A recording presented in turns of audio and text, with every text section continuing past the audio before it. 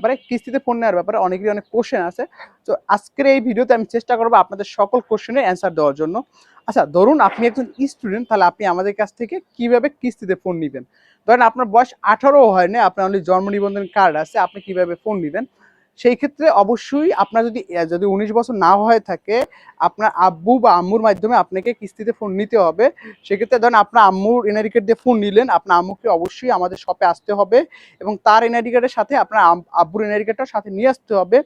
একই সাথে আপনার আব্বু বা আম্মুর নামে যে কোনো একজনের নামে বিকাশ থাকতে হবে এবং উক্ত বিকাশ নাম্বারটি আমাদের কাছে নিয়ে আসতে হবে।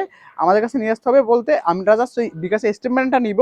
যদি ব্যাপারটা এমন হয় যে আপনি বিকাশ স্টেটমেন্ট ডাউনলোড করে দিতে পারবেন তাহলে তো ওকে, তাহলে আপনি আমাদেরকে জাস্ট স্টেটমেন্টটা দিলেই হবে। এবং ব্যাপারটা যদি এমন হয় যে আপনার 19 বছর হয়ে গেছে, সেই ক্ষেত্রে অনলি আপনার এনআইডি কার্ড এবং আপনার আব্বু বা আম্মুর একজনের এনআইডি কার্ড নিয়ে আসলেই হবে।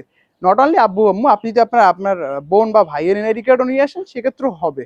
ঠিক আছে? সো এইবার গেল স্টুডেন্টের বিষয়টা। এরপর যদি এমন হয় যে আপনি একজন জব হোল্ডার, আপনি জব করতেছেন, সেই ক্ষেত্রে আপনার এনআইডি কার্ড, আপনার আব্বু বা আম্মু অথবা ওয়াইফের এনআইডি কার্ড, একই সাথে আপনার যে জব কার্ড যেটা, ওই কার্ডটা নিয়ে আসতে হবে। এবং আপনার ক্ষেত্রে সেম বিকাশ, নগদ কিংবা আপনার ব্যাংকের স্টেটমেন্টটা নিয়ে আসতে হবে।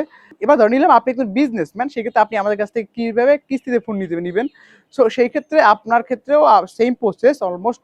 আপনার এনআইডি কার্ড, আপনার গ্যারান্টার এনআইডি কার্ড, গ্যারান্টার বলতে যেটা আগেই বললাম, আপনার আব্বু আম্মু ভাই বোন অথবা ওয়াইফ যে কোনো একজনের এনআইডি কার্ড, দুইটা এনআইডি কার্ড এবং আপনার ক্ষেত্রে সেম বিকাশের স্টেটমেন্ট অথবা নগদের স্টেটমেন্ট কিংবা ব্যাংকের স্টেটমেন্ট দিলেও হবে। এরপর হচ্ছে আপনার যে বিজনেস করেন, ওই বিজনেসের ট্রেড লাইসেন্স যদি থাকে তাহলে ট্রেড লাইসেন্স দিলেও হবে।